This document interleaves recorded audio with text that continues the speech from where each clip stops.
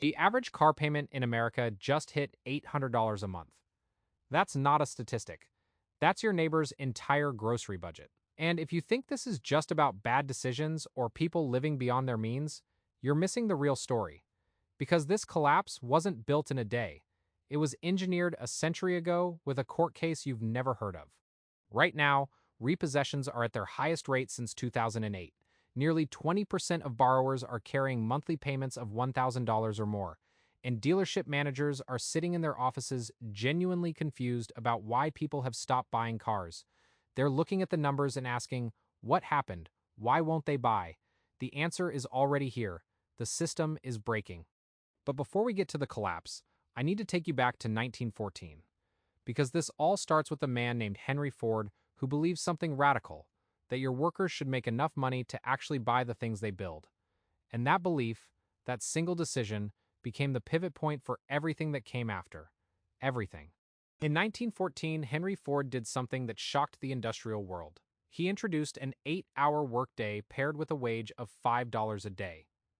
That sounds small until you understand the scale. It was more than double what the industry standard was at the time. Adjusted for inflation today, that's roughly $163 a day. And here's the thing. Nearly 30% of the entire American workforce still makes less than a Ford factory worker did in 1914. Within 24 hours of that announcement, nearly 10,000 workers lined up outside Ford's factories. They were lining up to work. Other companies had no choice. They had to match his wages or lose everyone. Ford wasn't being charitable. He understood something fundamental. A workforce unable to afford the products they built was a threat to business itself. You can't sell cars to people who can't buy them. But you also can't build an economy on that contradiction. So he did something different. In 1916, Ford announced he was stopping special dividends to shareholders. He was reinvesting everything into building the largest automobile plant in the world.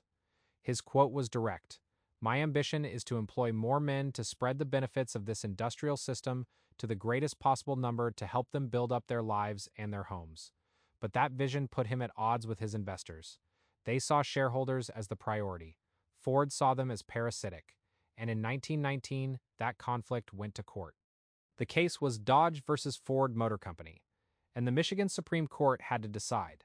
Should a company prioritize expanding operations and raising wages, or maximizing investor returns?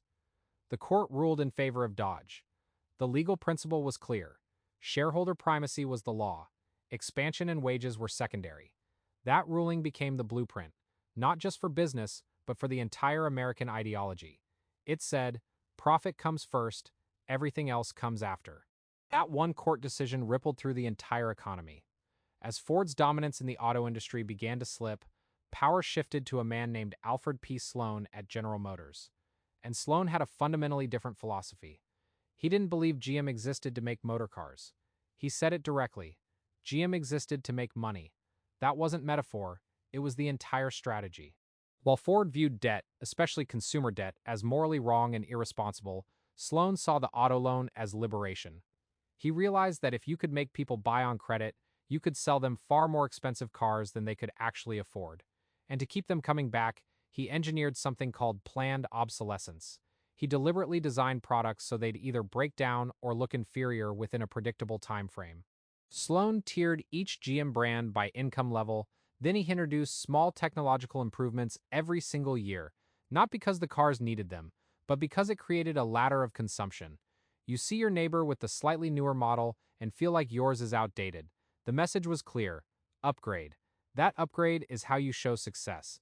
And if you want to succeed, you need to keep buying. Today, 66% of Americans trade in their vehicle every 5 years or less. The system is working exactly as designed. Because of that design, Americans now owe a record $1.60 trillion in auto loan debt.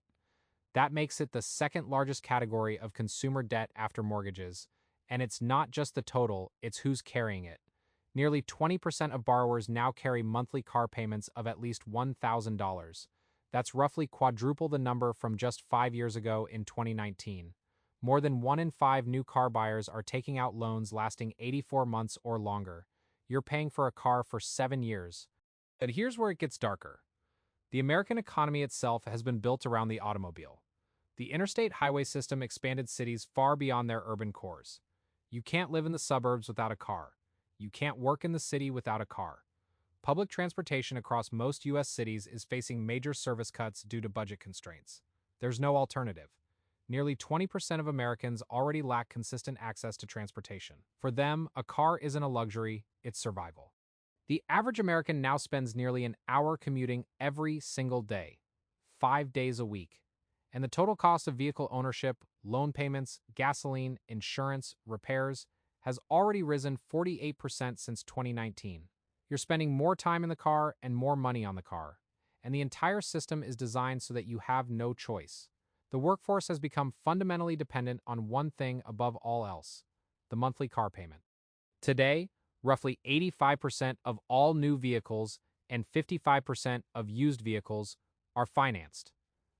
The car market isn't actually about selling cars anymore. It's about extending credit, and dealership franchise laws make sure of it. These laws prevent manufacturers from selling directly to you. Instead, everything goes through franchise dealers, and because of that protected position, prices, financing structures, and fees have expanded far beyond what would happen in a competitive market. The average new car today is roughly 56% more expensive than it was in 1963 when you adjust for inflation. Dealership franchise protections became entrenched across the country, and that proves something crucial. Dealerships have effectively turned the car market into a loan market. The incentives shifted. They don't care about selling good cars anymore. They care about maximizing loan volume. They care about keeping you in debt. Here's where the trap becomes inescapable. Lenders started aggressively expanding subprime auto lending. They were extending credit to people with weaker credit profiles just to sustain sales, and they packaged those loans into asset-backed securities and sold them to investors. More than 25% of all trade-ins now carry negative equity of $10,000 or more. Roughly 31% of all drivers are underwater on their vehicles. Instead of paying off that deficit, dealerships roll the remaining balance into the next loan. They stack the unpaid portion of one car onto another, rapidly depreciating asset. I want to bring in someone who's seen this from the inside. Maura Dako worked as a digital coordinator at a dealership in Iowa. She watched the system collapse from behind the desk. I asked her what she saw when she looked at the managers and the numbers. She said, people would come in and say, "I don't understand why nobody bought a car today. I don't understand why we haven't sold a car in 3 weeks. The price of eggs is like $5 right now. The amount of people using food kitchens is going up. Of course, people aren't buying cars right now unless they absolutely have to." But here's the disconnect. The people who absolutely had to buy a car were the ones coming in, and they had terrible credit. Banks were denying them left and right, but dealerships would finance them anyway because they needed the volume. And Maura watched the managers complain about these customers. They'd say, "Why are you wasting time with them?" When a nice car pulled in, someone with clean credit, someone with money, everybody would jump up and run to the door. But the people barely scraping by, those were the ones actually buying, and the dealerships resented them for it. There's a real disconnect there. Dealership managers see the grocery stores. They see the food lines. They see the community falling apart. But it doesn't connect for them because they're focused on their commission. They need the sale. They need the numbers. So they're financing people who can't afford it. And they're not seeing themselves as the problem. They're not thinking about what happens next. They're just thinking about today's paycheck and today's quota. I want to tell you something about my own journey because I think it matters. When I was 17, my first car was a 1999 Crown Victoria with a police interceptor package. It was the same car my parents brought me home from the hospital in when I was born. The paint was chipping, the windshield wipers didn't work. My stepdad and I would keep goggles in the car because on country roads, if it started raining, we'd put the goggles on and stick our heads out the window. I got made fun of for that car relentlessly, and it imprinted something in my mind. I needed a new car to be worth something. When I graduated, I got a job as a teller at the local bank at 18. I thought I was so naive. I thought banks were like, it's a wonderful life. I was going to learn financial secrets and help the community. What I actually learned was something different. I learned that the people with the flashy cars and the material things didn't have money. The people driving beat-up cars had actual savings. But when I'd talk to those people, my manager would ask, "Why are you wasting time with them?" The message was clear. Judge people by their car, not their character. In 2020, I bought a 2007 Ford Focus for $2,500 cash. I put another $2,500 into repairs. I finally had an average car. No paint chips. Working windshield wipers. Fuel efficient. But I got made fun of even more. I'm 6'3", 220 pounds. In that car, I had to tilt my head, so I'd lean back. And every single day from 2020 to 2022, people would ask, when are you going to get a new car? Why are you so frugal? I'd bring my lunch every day and get mocked for that too. You start hearing it so much that you understand why people feel like they need a material item to prove their worth. Everyone I worked with had a car payment that was more than my rent or very close to it. I'd saved up about 2 years of expenses by working at least 2 jobs that entire time, sometimes 3, and I made a decision. The only chance I had to actually provide value, to make a difference, to maybe have a career for myself, was if I pursued YouTube full-time with 500 subscribers. So I quit. I spent basically all my savings. It took an entire year before I made a single dollar. Not a single dollar. But I turned it into something that's reached over 22 million people, and I did it in the same car.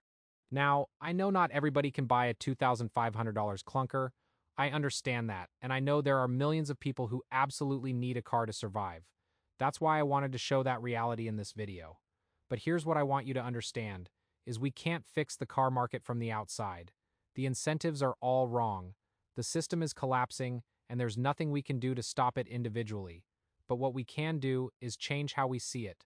Stop judging people by their car. Feel proud if your car is paid for or almost paid for. Raise your kids with better values. Don't attach their worth to material items. And when you see somebody driving a beat-up car, don't mock them. Maybe they're like me. Maybe they're building something. The car market will be one of the dominoes that falls in the economic collapse we're facing. But in the meantime, do what you can. Change your perspective in an environment promoting decay and greed. That gives us power.